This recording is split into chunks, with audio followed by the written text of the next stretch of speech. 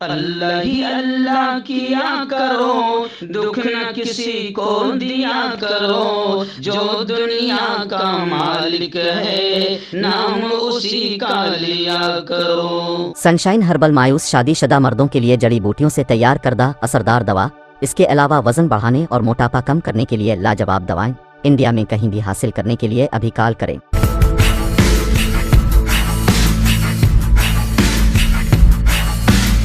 السلام علیکم ورحمۃ اللہ وبرکاتہ۔ ناظرین، استقبال ہے، سواگت ہے آپ کا viral news live studio Jalgaon, Maharashtra, India میں۔ میں آپ کا میزبان مفتی محمد ہارون ندوی۔ آئیے پرائم نیوز میں آج ایک بہت ہی اہم خبر پر بات کرتے ہیں۔ جی ہاں، حالانکہ گزشتہ کل سے یہ خبر آپ تک تو پہنچ ہی رہی ہوگی، لیکن جس طریقے سے میں آپ کے سامنے رکھوں گا، آپ جانتے ہیں کہ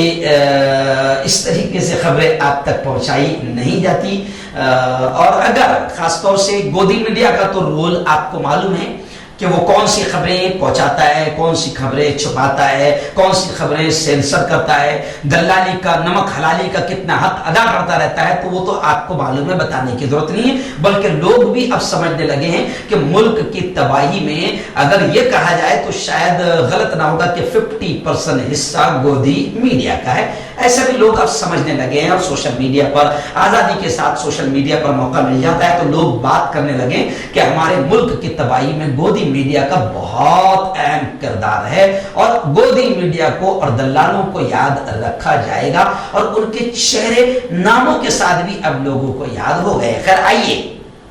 پرائم نیوز میں ایک بڑی خبر کہ یو پی کا رزلٹ اب آ گیا۔ آپ کو یاد ہوگا کہ اب وہی سی ایم بن گئے ہیں جو پہلے کبھی ٹھونکنے کی بات کرتے تھے۔ اب وہی شخص سی ایم بن رہا ہے جس نے کبھی وہ ویڈیو وائرل آپ نے دیکھی ہوگی کہ جو پلین میں سے، اپنے ہیلی کاپٹر میں سے نیچے دیکھ کر کہتا ہے کہ دیکھو میری سبھا میں بلڈوزر بھی لا کر رکھے گئے ہیں۔ تو جب سی ایم پد پر بیٹھنے والا اتنا گھٹیا انداز اختیار کرے گا، نفرتوں کی بولی بولے گا، اور جس کے الفاظ سے انگاری اور زہر اگلی جائے گی اور محسوس کی جائے گی، تو ظاہر بات ہے نیچے جو چیلے چپاٹے ہیں وہ بھی اپنے سی ایم کے نقش قدم پر چلے گئے۔ تو ایک ودھائک ہے جو صرف 307 ووٹوں سے جیتے ہیں۔ اب کس نے جتایا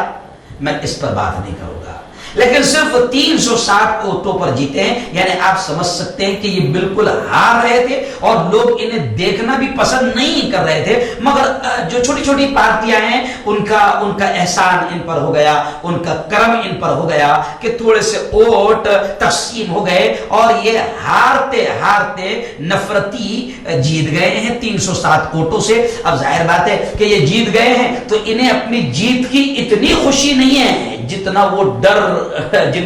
جس کی وجہ سے ان کا بی پی بڑھ گیا تھا کہ میں تو مر رہا تھا، لوگوں نے تو مجھے دفن کر دیا تھا، مجھ نفرتی کو تو لوگوں نے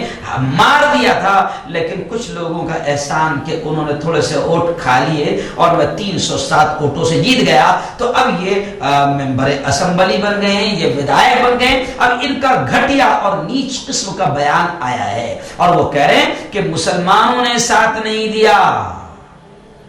مسلمانوں نے ساتھ نہیں دیا۔ اب بلڈوزر، وہ جو یوگی جی کا بلڈوزر ہے، وہ اب ہم تیزی سے چلائیں گے۔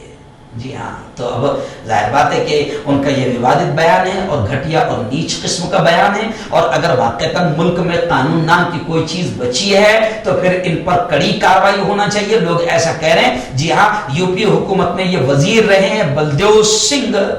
اس وقت وہ سرخیوں میں، ہیڈ لائن میں، اور رامپور کے بلاسپور اسمبلی سیٹوں سے انہوں نے صرف 307 ووٹوں سے جیت حاصل کی ہے۔ اس کے بعد پھر ان کا غصہ 7ویں آسمان پر آیا، اور انہوں نے کانٹے کی اس ٹکر کے لیے سیدھا مسلمانوں کو ذمہ دار ٹھہرایا۔